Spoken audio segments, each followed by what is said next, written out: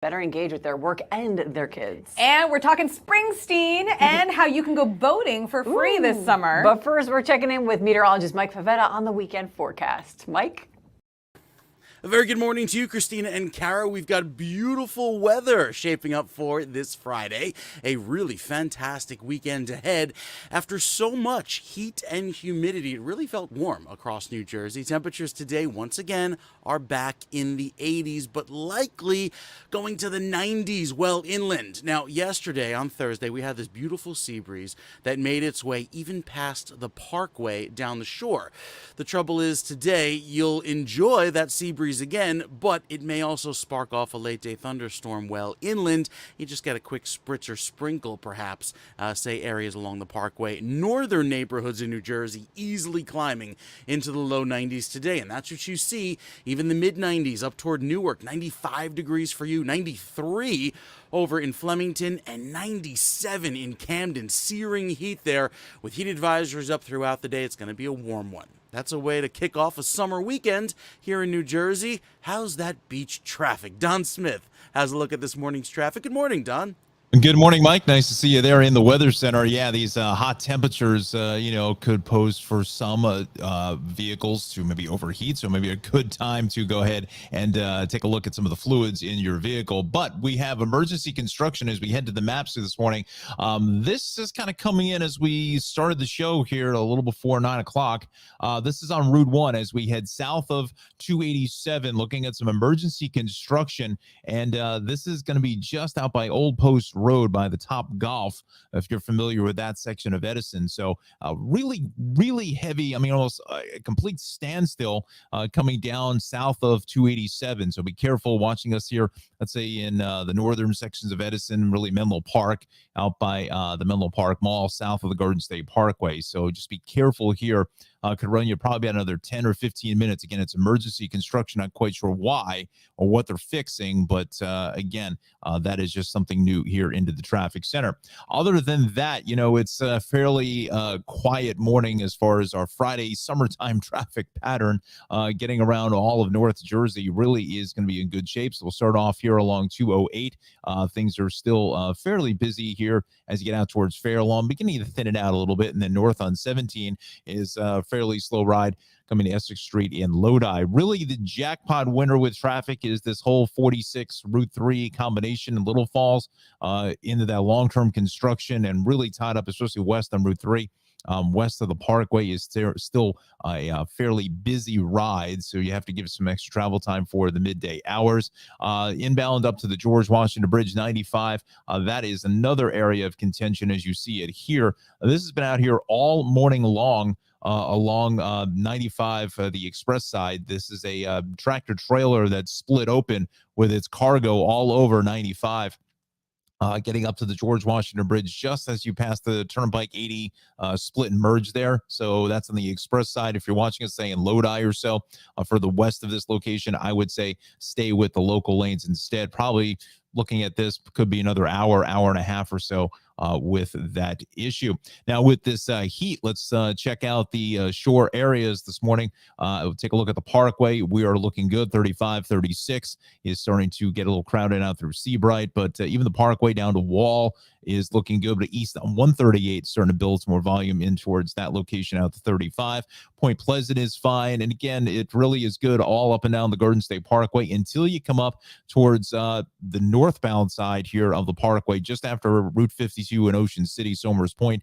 We're still dealing with a vehicle that went off the roadway, so hopefully everyone's okay there, but that is why that's a little bit slow getting up into the Atlantic City Expressway. But with the check of Western Jersey coming up in less than about 15 minutes, Kara, Christina, send it back into you. Thanks, Don.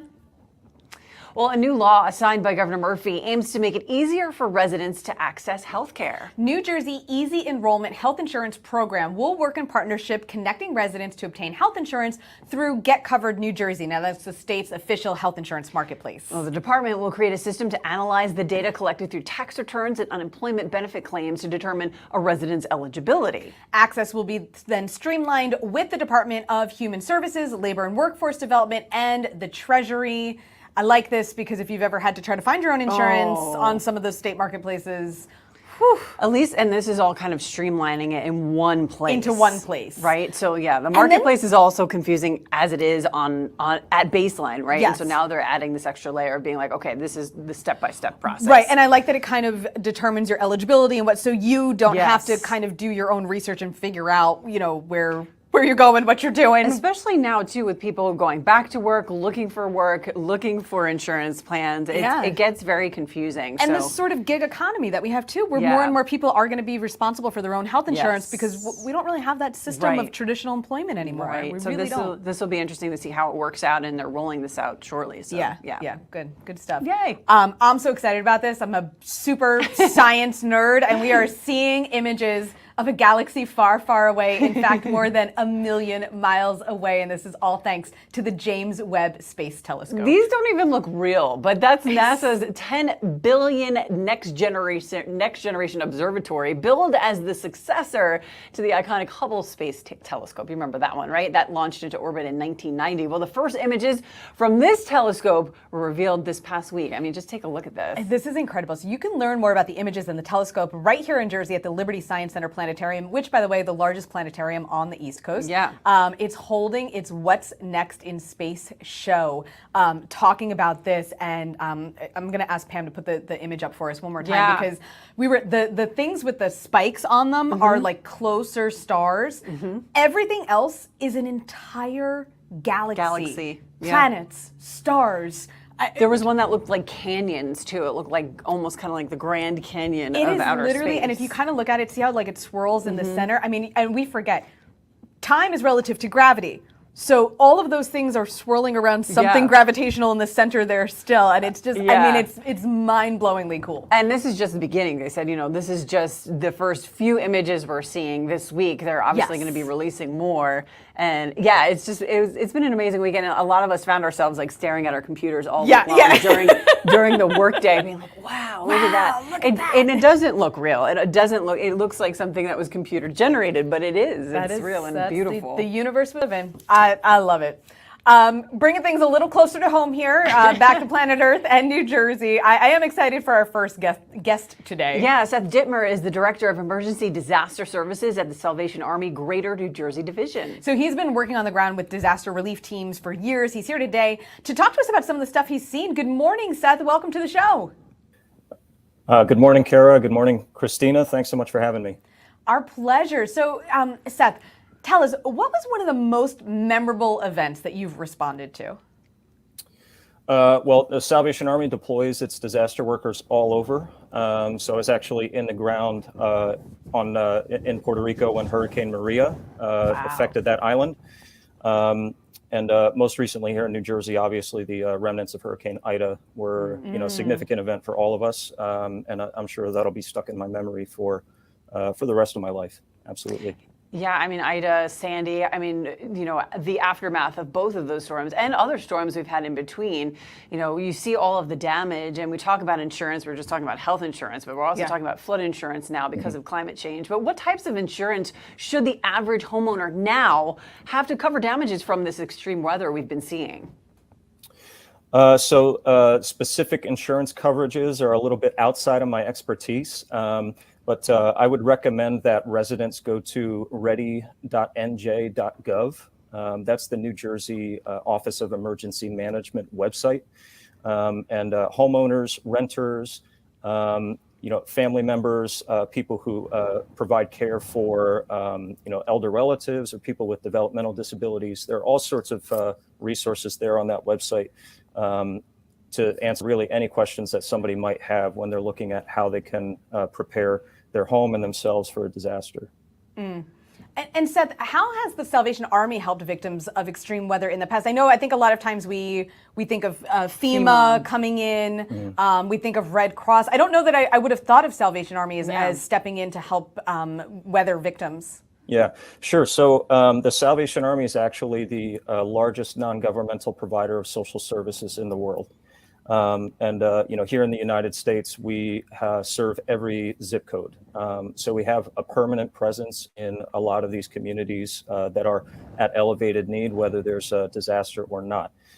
providing, emergency feeding support, rent and utility assistance, childcare, veteran services, senior services, sheltering programs, summer camps, all sorts of things like that. So we're well positioned when there is a disaster to, be able to communicate with impacted residents, see what their needs are. We provide food, hygiene supplies, cleaning supplies, emotional and spiritual care. Really, if there is a need that's not met and we have resources to meet that need, we'll do so. And we're in constant communication with our federal, state, and local government partners, as well as other nonprofit organizations, to make sure that we are meeting the need that is greatest at the time. So we've seen flooding, we've seen hurricanes, we've even seen tornadoes in just the past 3 years alone. What is the top concern that the average New Jerseyan pretty much needs to be worried about in the moment when you see something is going to happen or something is coming? What is that top concern? I would certainly say, life safety should be a top priority. And then beyond that, just making sure that someone is plugged into sources of reliable information. Whether that be from local officials, emergency services, whomever, to provide vital instruction at that time, what residents should be doing to prepare or respond, get ready for an impending hazard, whatever that hazard might be. And Seth, I feel like we hear it all the time. A lot of the government agencies kind of put those PSAs out there of, like, make a plan, be prepared. What are some things, as you've responded to these things, what do you want people to know? What should we have stashed in our basements, ready to go in the trunk of our cars? What should we be doing to be prepared? Yeah, definitely. So assembling a home emergency kit is a very, very good idea. Oftentimes residents are, implored to evacuate an area. And that order, for a notice event like a hurricane is typically given long enough in advance that people can sort of gather what they need to go. So first of all, having a plan for relocation, if that has to happen, identifying a family member that you can stay with obviously would be ideal for a lot of people. But just having a supply of shelf-stable food and water, considering medications that you might need, vital documents. There are a lot of processes during disaster recovery that require documentation, identification, property ownership, lease documents, and things of that sort. Unfortunately, a lot of people lose those documents in the course of the disaster. So, and that can certainly delay their recovery process. So, having copies of those or having those in safe containers, safe storage is super important. Yeah. I wouldn't have thought about the document. You think the basics: food, water, shelter, phones. Something, and it never. You don't realize to think, what, I should probably put like a copy of my passport and my my homeowner's insurance safe somewhere. Yeah, it's true. Well, many New Jerseyans along the beaches specifically were hesitant to evacuate before Sandy. A lot of folks were shocked at Ida just last summer. People think, the storm forecasts sometimes are hype. What can you tell those people who believe that they're invincible and they can ride out any storm no matter what size it is? Because Ida caught a lot of people off guard. Yeah, certainly. And while the events of the past can be a decent predictor of what may happen in the future, there's never any way of knowing with 100% certainty that you're safe where you are, or that the forecast is going to be 100% accurate. We all make decisions based on the best information that we have available. But it's always better to be safe than sorry, because, with events like Sandy or Ida, it can be a matter of life and death. And it's certainly better to, obviously relocate and lose some possessions if that happens to be a concern, than to, unfortunately, lose loved ones or anything like that. So, people should always heed instructions of local officials and emergency services, and orders and directives to evacuate, where to evacuate to, because, the safety of the public is their top concern, as it is with us. Seth, I know Salvation Army happens to be one of the places I like to donate too, because I know that you guys do a lot of good work with that stuff, and I know it's actually getting in people's hands. If somebody wants to donate, or if somebody needs your services, where can they find information? Where do they go to either donate or to seek you guys out for help? Sure. So salvationarmynj.org would be the best place to go. People can search for the closest Salvation Army center to them that provides a service that they might need. There's a way to sign up to volunteer. And if you have specific skills or interest areas, that's really important to us. And then there are links to donate there as well. Awesome. Seth Dittmer, Director of Emergency Disaster Services at the Salvation Army, Greater New Jersey Division. Thank you very much for joining us today. I so appreciate your time. Thanks. Take care. Stay safe. Thanks, you too. Hoping for a quiet hurricane season. Yeah, please, just make it to November. Quiet. Absolutely.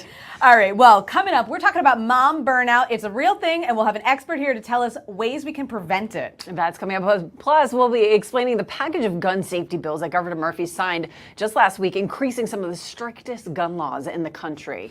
Plus, you can follow along on social. Check us out at NJ Morning Show on Facebook, Instagram, and Twitter. Be sure to click follow.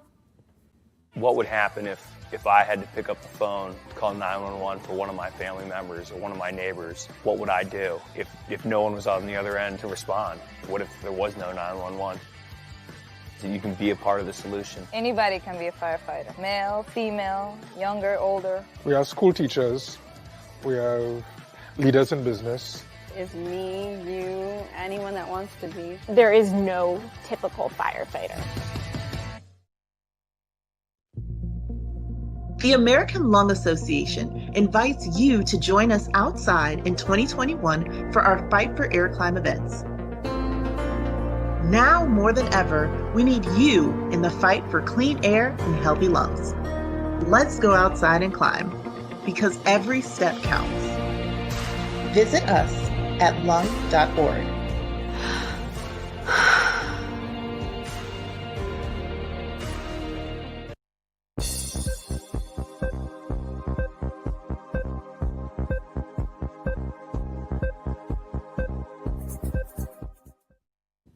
Welcome back to the New Jersey Morning Show. Let's check in once again with meteorologist Mike Favetta.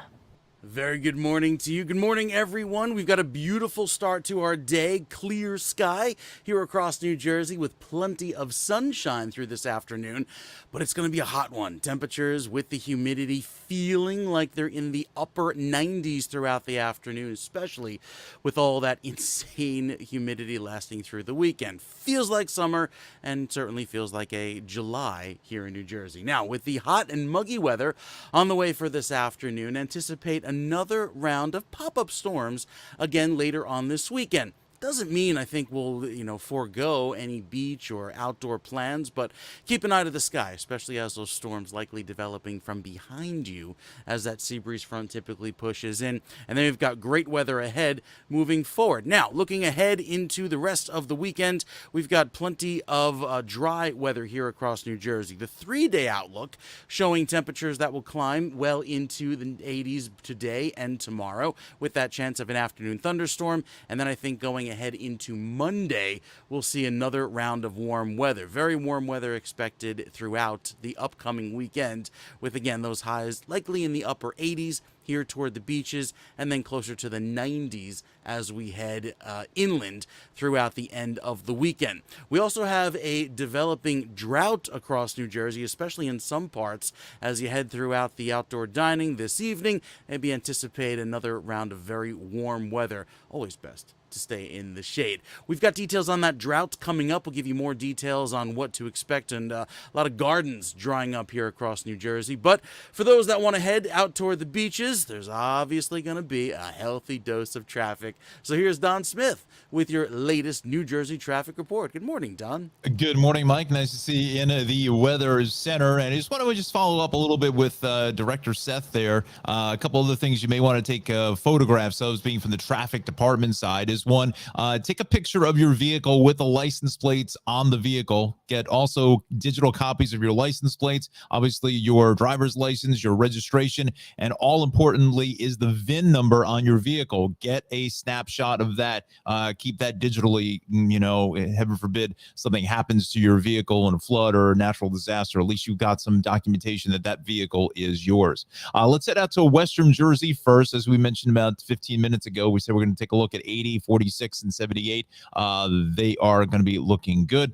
206 is fine on the northwestern section of New Jersey up towards Stokes State Forest and High Point. Could be a nice way to maybe beat some of this heat. North Jersey here, 287 is good, 17. But again, here on the New Jersey Morning Show, we go local. And this is exactly the reason why you tune in, because we're talking about Fairlawn and Hawthorne. North on 208, coming up to Maple Avenue. That ongoing construction has been out there for weeks in both directions doing those bridge repairs. That's tying the ride up back into Fairlawn this morning, so be careful there.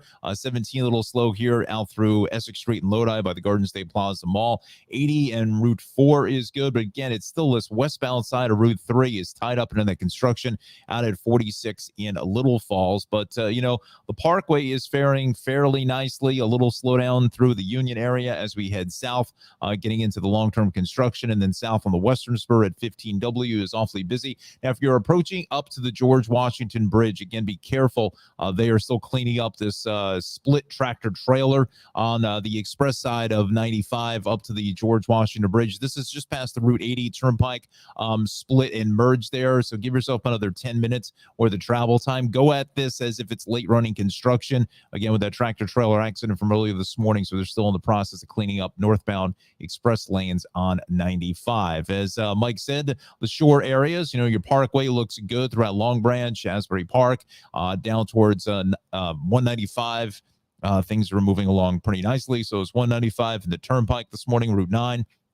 Now let's check in with the shore communities, and 71 is a little bit busy here. That's actually 35, I should say, through Spring Lake. And then Point Pleasant starting to get a little busier across the Bree-El Bridge. We'll take a look at that camera in our next report. But 295 southwestern Jersey is good. The Parkway is clean all the way through Atlantic County. It's only, I should say, on the northbound side. It's the northbound side of your Parkway's heavy, getting past exit 30 for Ocean City and Somers Point. There is a potential investigation setting up from a vehicle went off the roadway going north on the Parkway north of exit 30. So just be mindful of that. Hudson River crossings, we're looking at maybe about 10 minutes to Holland and Lincoln. And again, factoring in the delays because of that tractor trailer problem there. I mentioned about 20 for the upper, and New Jersey Transit is on or close to schedule. And that's happening again in a busy traffic center. Kara, Christina, we'll send it back to you.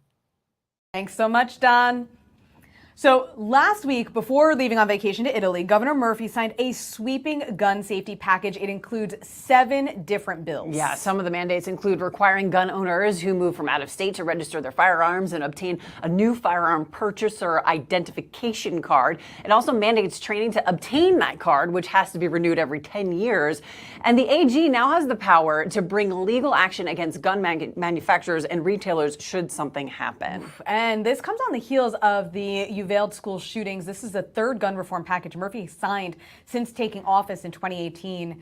And, I know it's got its opponents, but to me, it just makes sense. Yeah, it makes sense. This has been something, again, one of his huge campaign promises. New Jersey has one of the, if not the strictest gun laws in the country. Yeah. And there were some things that were left out that he was fighting for that he had to compromise on with the Republicans. But this is another big, huge step in protecting people from getting guns that they shouldn't have. Yeah, and I do think that, the numbers on the other end match it. While we have, certainly gun violence, in our inner cities, and it's not eliminated altogether. I think we do have some of the lowest numbers in terms of gun violence around the country as well. If it's hard to get a hand on it, it's hard to commit a crime with it. So it'll be interesting to see how much opposition there is to this new signing of this package. There already has been, of course, outcry from some of the Republican leaders, but a lot of them were for it and said, okay, these are common sense. Let's get this done. Let's get this signed. Yeah. There might be even more coming. So yeah.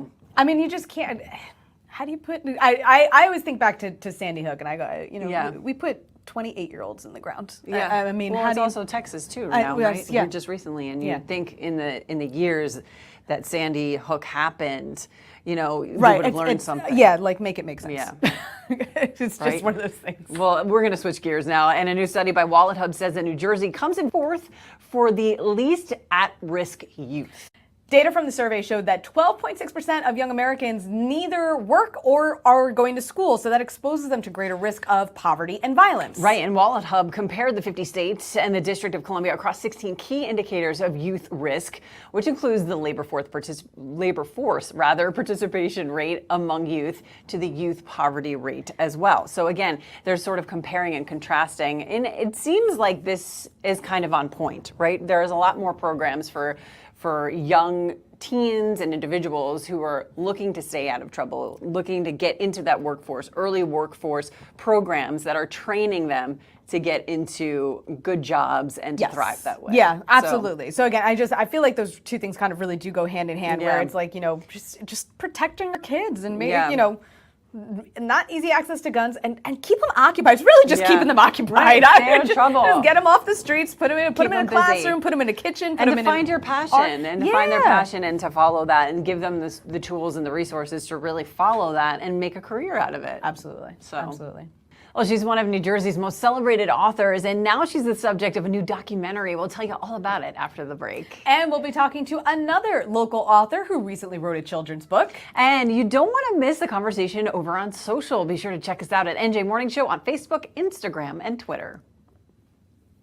What would happen if I had to pick up the phone, call 911 for one of my family members or one of my neighbors? What would I do if no one was on the other end to respond? What if there was no 911? So you can be a part of the solution. Anybody can be a firefighter. Male, female, younger, older. We have school teachers. We have leaders in business. Is me, you, anyone that wants to be. There is no typical firefighter. The American Lung Association invites you to join us outside in 2021 for our Fight for Air Climb events. Now more than ever, we need you in the fight for clean air and healthy lungs. Let's go outside and climb, because every step counts. Visit us at lung.org.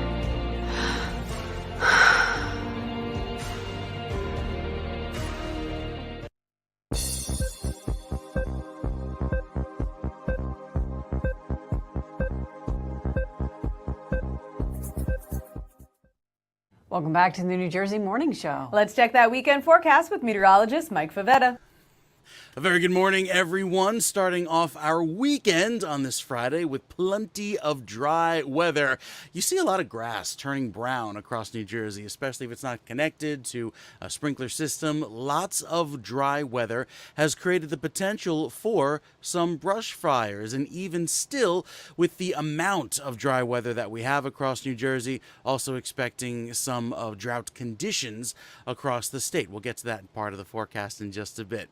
As far as the rest of this weekend is concerned, it's going to be a warm one as highs climb into the upper 90s in some places in New Jersey today. 97 down toward Camden, 96 in Trenton. A little bit cooler toward the beaches, but without much of a sea breeze developing like it did yesterday. You see how you get to 81 down by Atlantic City? Go a little further north, up to Seaside and Toms River, you're at 91 due to the wind direction, and even 95 at the beach locations. A very warm day today as we head into this afternoon. Saturday and Sunday obviously looking a little bit better. So for the next few days, you'll notice the dry weather continue. That's what you see here on Saturday and Sunday. And so with all of the weather that remains quite dry, yes, we could get a pop-up thunderstorm, but we haven't seen substantial rainfall, at least in the last several weeks. And so that's why we're likely entering that drought scenario in certain parts of New Jersey going forward. And it's always important to conserve water, but now especially extra important. You've heard about how bad the drought is out west that's been going on for several months. Yeah, we're nowhere near that level, as that's been a long-term deal, but certainly have a short-term deficits of water, as even rainfall has been lacking in the Newark area and Atlantic City, some of the reporting stations that climatologists use to measure rainfall here across the state. Now, by Sunday afternoon, you think there's a little bit of a cool down because we only get down to 84 degrees, but there is a big warm up on the way for next week. Going forward into Monday, temperatures bounce back into the upper 80s, and we likely see the 90s into next week. For most of the week, it will likely feel like 100 or better once we get toward the middle of next week. We'll talk more about that coming up with the 7-day forecast. That's in a few more minutes. First, we got to get outside to that hot traffic report, Don. It is a warm one today. It certainly is, Mike. Good morning to you, my friend. And certainly a good idea to check, the fluids in your car, especially, with these 90-degree temperatures en route next week. But as Mike was doing his weather report, this just coming into the traffic center. It's west along Route 3. So it's right in here into that long-term construction. At first, I thought it was part of the construction, but it's actually a crash here just west of the Garden State Parkway. And looking at a good 10 or 15 plus minutes coming out of Nutley, Clifton, getting out towards Little Falls. So be careful here along the westbound side of Route 3, just as you get out to the 46 interchange. We widen up the map. We'll show you the rest of North Jersey. Again, this is the reason why you come to the New Jersey Morning Show, because we stay here in New Jersey, giving you the best local information anywhere. So north along 208, you've been hearing me talk about this for the last couple of weeks, and it's this road work that continues here by Maple Avenue heading north.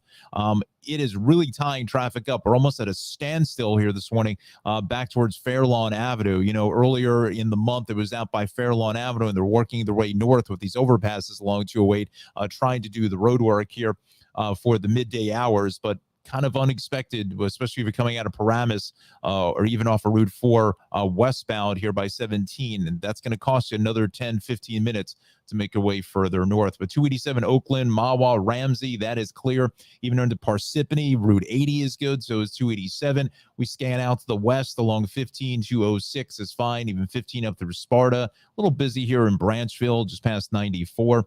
Stokes State Forest, Sanderson up to High Point. Again, traffic really very quiet. We're in that Friday traffic pattern. 80 is clear out through Hope, Blairstown, Hackettstown on 46 is fine. So is 206.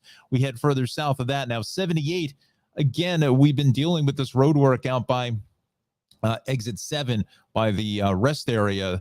So in the way station. So keep that in mind. Some road work till about 2:30 or so. But here in central Jersey, 202, 206 is fine. 31, 202 Flemington, all the way out through, New Hope and Lambertville, 295. Route 1 is good. But Route 1, the only hotspot is here as we head south and towards the Top Golf area, south of 287. Emergency construction. Not quite sure exactly the nature of the road work, but there is definitely at least 1 to 2 lanes shut down there. So really heavy south of 287, but your Parkway across the Driscoll Bridge, making your way to the shore area. Again, things are fine all through Hazlitt, Atlantic Highlands, Parkway 18, everything leading down the shore right now is good. So it's really a good time to get out and enjoy the cooler temperatures, possibly by the beach or getting in towards the water. 195, 295 is looking good on the southwestern section of the state.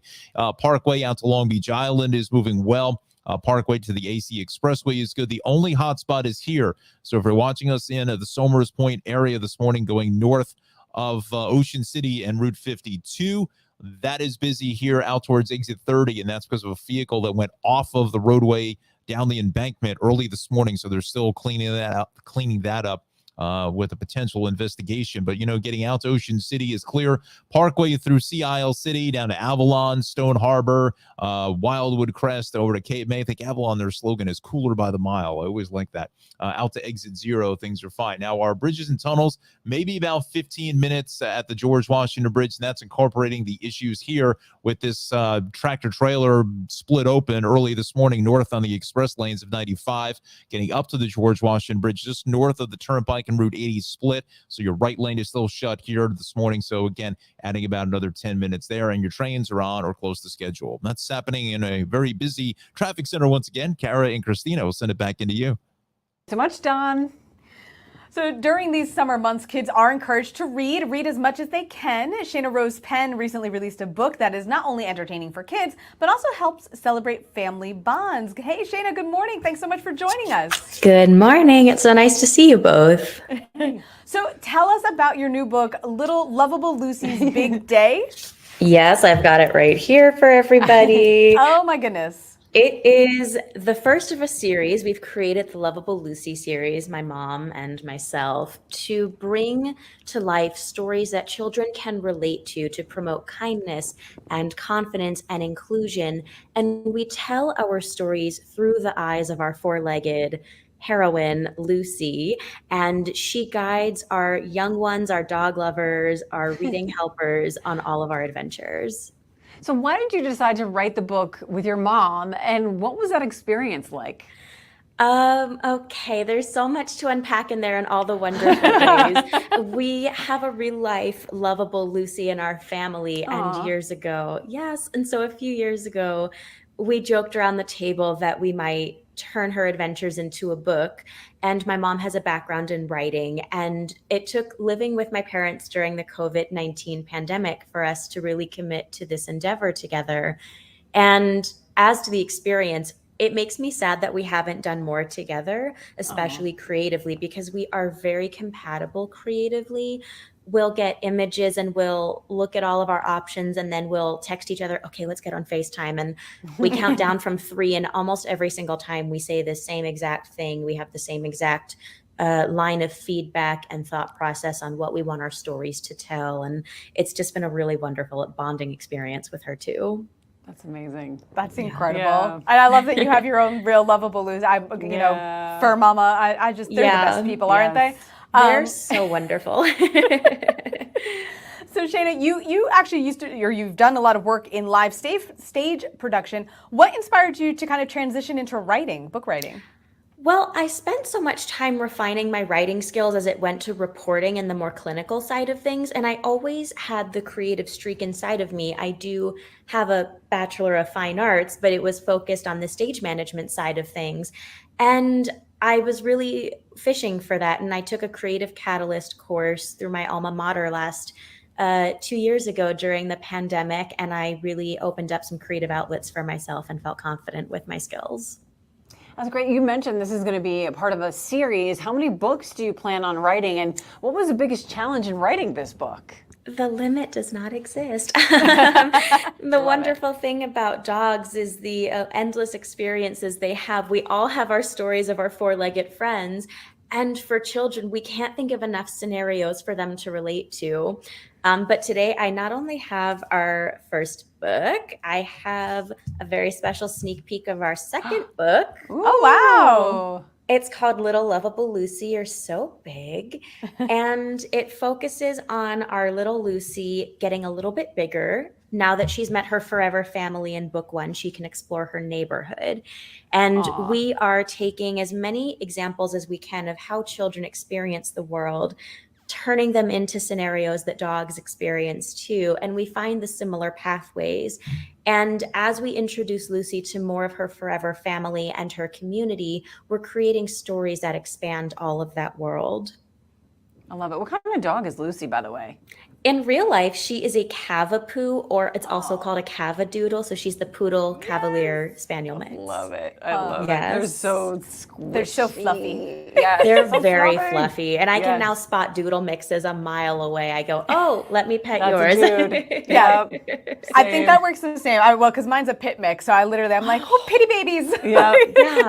I mean, I don't really stop. If I see dogs, I ask to pet them. I was going to say, for the most part, dogs of any kind, normally I'll be like, can I pet your dog? Yeah, I'm that person. They make everything so bright, and they really see the world in this earnest way, which is exactly why we wanted to present the books through her point of view. It's so true, and I've always said I feel like if you want to love someone unconditionally, become a parent. If you want to be loved unconditionally, get a dog. Yeah, it's the magic combo. It really is. It really, and truthfully, and I Love that you're putting the two together because I really do think every kid needs a dog and vice versa. For sure. Yes, we're very happy it's been well received so far.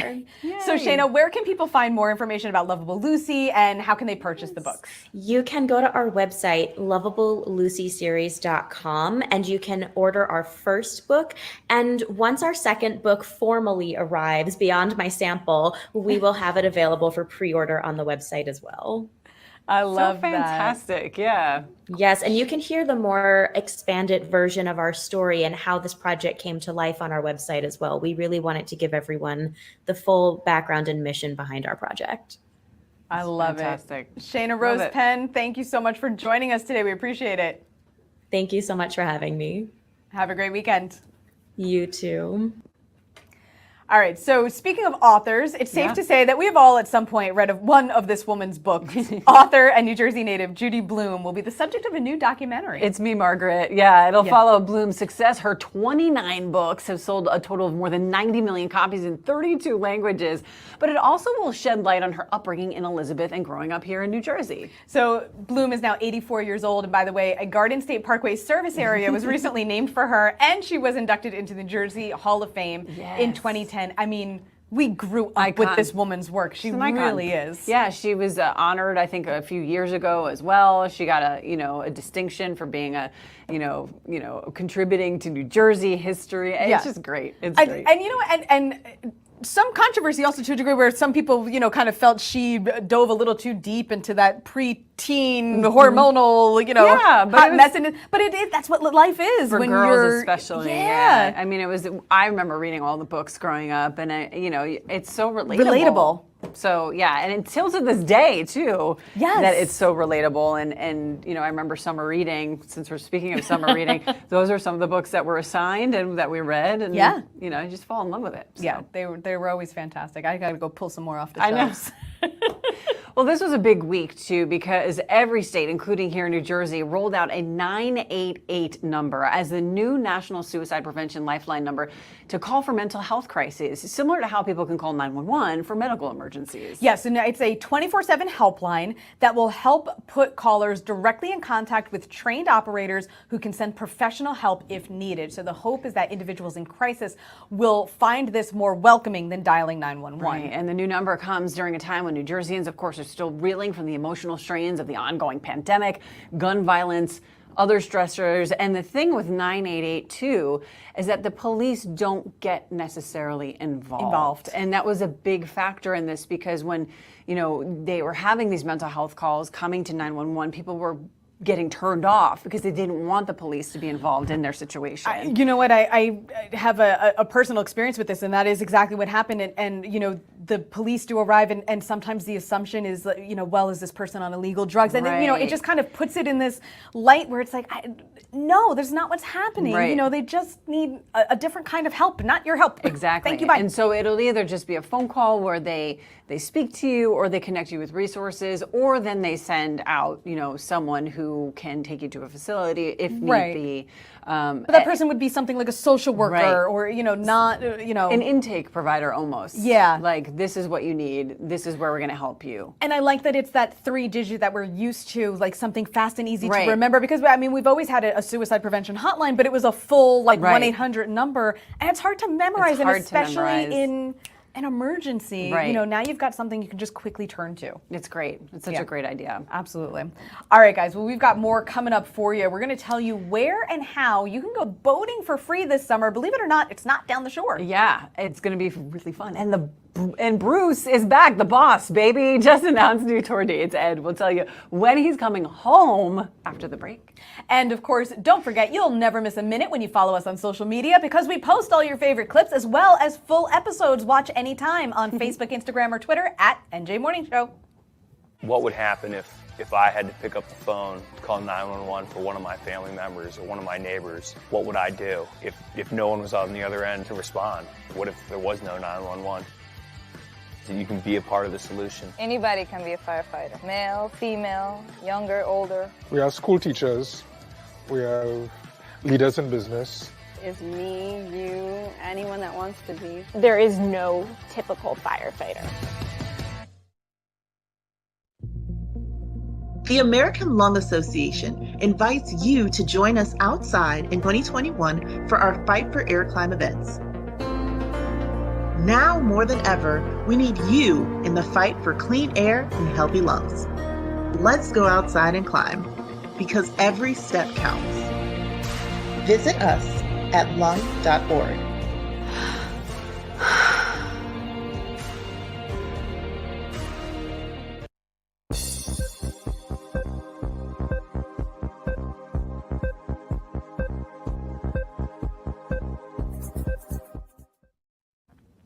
Welcome back to the New Jersey Morning Show. Meteorologist Mike Favetta has one last look at it. The forecast for us, it's going to be a hot one.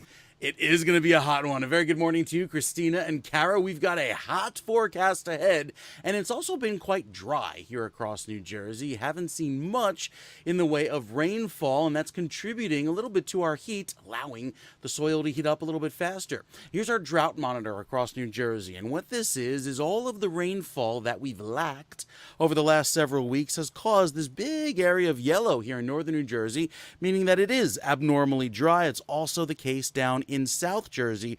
There you see kind of the breadbasket of New Jersey where most of our crops are grown this time of year. So this dryness is slowing the growth of those crops. And even with the rainfall up in Newark, notice the deficit here toward the bottom of the screen, almost 2 inches of rain. And that's our last heavy rainfall was way back in June 9th. So more than a month has gone by before we've had a little bit of a heavy rainfall. Now, there are some campfire restrictions. It's popular maybe to go camping for some folks here in New Jersey. And with that, northern New Jersey has, including portions of Mercer County and north of the Raritan, have those campfire restrictions where you can't have any ground wood fires. So, you know, that's kind of a pastime here in New Jersey. Maybe go camping, and at this time of year, can't have a campfire. Well, there is also the potential of some pop-up thunderstorms today. Not the big soaking variety, the widespread ones that could put an end to this dry spell. In fact, we have 100-degree heat on the way for next week. When you factor in the heat and humidity combined, that would be the heat index. And a great place to stay away from all of that heat, of course, are the beaches, with weather this Saturday and Sunday looking very pleasant toward the beaches. Lots of sunshine throughout our Saturday and Sunday, with temperatures climbing to the upper 70s and low 80s. Thanks to that sea breeze, it'll feel very pleasant along the waterfront. Then we head into the heat and humidity that comes in for Tuesday, Wednesday, and Thursday, and it gets really hot. I think the heat will eventually peak by Thursday with a temperature high of 95 degrees. We could see the heat and humidity combine feel like 100 or better. So with heat advisories likely going up later on today or certainly for next week, it's going to be a very hot stretch here across New Jersey with those temperatures well above average. And as we enter the dog days of summer, the hottest part of the season, the hottest part of the year, is typically, well, the next 2 weeks. So get ready for some heat and humidity that's on track to be at least a very warm period, with a heat wave on the way, likely be declared later next week when we hit those 3 days successively of 90 degrees in a row. I think we'll do that as soon as Thursday, maybe even Wednesday, if we can get Monday's hot weather to hit 90 at certain stations across New Jersey. So get ready for the hot weather. Don Smith, got that AC cranked, I'm sure, in the car as you head out later today. I do, Mike. Yeah, good morning to you. And speaking of the heat, Mike, let's get you over towards our maps. And this is really our Parkway camera here, courtesy of my friends over at the Turnpike Authority.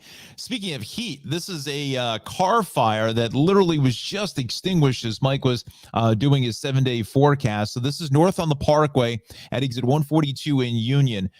So the traffic on the far right is really the exit for Route 78 going westbound. The northbound side of the Parkway is on the very far left. So again, those 2 right lanes are shut down. Union Fire Department is on scene. They actually were letting it kind of burn itself out to a point to where it was safe for the firefighters to get in there and take care of that. But again, lots of emergency apparatus and activity here. This is north on the Parkway, once again, coming into exit 142 in Union, literally just like 500 feet, not even that, out of the Union Toll Plaza. Let's go towards our map. Speaking of the Parkway, we have this ongoing issue here this morning, north on the Parkway here in Atlantic County. This is just north of exit 30 for Route 52. heading out to Ocean City. It was a vehicle that went off the roadway here early this morning, and they're still investigating this. So that's why this is very heavy north on your Garden State Parkway there, just north of about exit 30. But, Cape May County looks good. Sea Isle City, Avalon, Wildwood, getting all the way down into Cape May. Traffic really looks absolutely fantastic here this morning. AC Expressway is good. A little crowding here on 55 as we come on in towards the 42 and 295 Turnpike interchange, but the Delaware River crossings are in good shape. Parkway out to Long Beach Island. Let's kind of drill down here this morning onto 72. You can see here Martin Truex Boulevard, right? Or parts of that looks good out toward Long Beach Island coming east of the Parkway. Parkway, again, is fine. In towards Seaside Heights, Toms River, 195 is clear out to Great Adventure. Could be a real nice day to head out to Great Adventure. Make sure you bring the sunscreen as you're on some of the roller coasters there. As we get out towards Point Pleasant now, 35 is looking fairly good. And this is one of the cameras I wanted to show you. This is coming in towards Broadway, just off the Brielle Bridge, wide open. But you can see it is just a great looking day here, heading down towards the Point Pleasant and Brielle areas. Parkway through Monmouth County, not a whole lot of action, 35 and 36. That is going to be looking good, but we do have some issues here in central Jersey, and this is on 287 North. Looks like there's some road work getting out towards exit 13 for 28 in the Boundbrook area. Also now I'm picking up delays west on 78. I think there's also some roving construction as well as we head west of or east of about exit 24 or so and 24 to 20 or so. Parkway across the Driscoll Bridge is fine. There are the delays because of that issue with the vehicle fire on the Parkway. The Hackensack River Drawbridge is now in the upright position, so a little tied up here along truck routes 1 and 9. So if you're coming out of Hoboken, Jersey City, maybe stay with the Skyway or the Bay Extension or the Turnpike, and that's busy here east at 14. Again, just some general volume there. Route 80 is still a fairly heavy ride at times getting out to 95. They're still cleaning up on the express side of things. That split open tractor trailer from early this morning up to the George. So give yourself about 15 to 20 there. And that's what the George is running. Lincoln and Holland are all under about 10. And then west on Route 3, still cleaning up this crash at the 46 interchange. And we are now well back to Bloomfield Avenue on that westbound side. That's how heavy that is. So again, you've got to be mindful there. And then our other outstanding issue is this northbound 208 problem from Fairlawn into Hawthorne out by Maple Avenue, doing that bridge repair. Going to be there till about 2:30. So again, be careful coming out of, let's say, Hackensack and Paramus going west on Route 4, where it turns into northbound 208. Definitely could be a bit of a slow go. That's what's happening here in a busy traffic center. A fantastic Friday and a great weekend. Kara, Christina, send it back into you. Thanks, Don. Well, if you're looking for something fun to do in the summer heat that doesn't involve a pool, Hoboken Cove Community Boathouse is offering free paddleboarding and kayaking. The local nonprofit organization is run completely by volunteers. The Boathouse's mission is to provide free water sports programs and access to local waterways for all residents. And more than 6,000 paddlers get out on the Hudson via kayaks and paddleboards thanks to the Boathouse. So it works in conjunction with the city of Hoboken to provide opportunities for locals to explore the water. And it's in its 18th year of operation.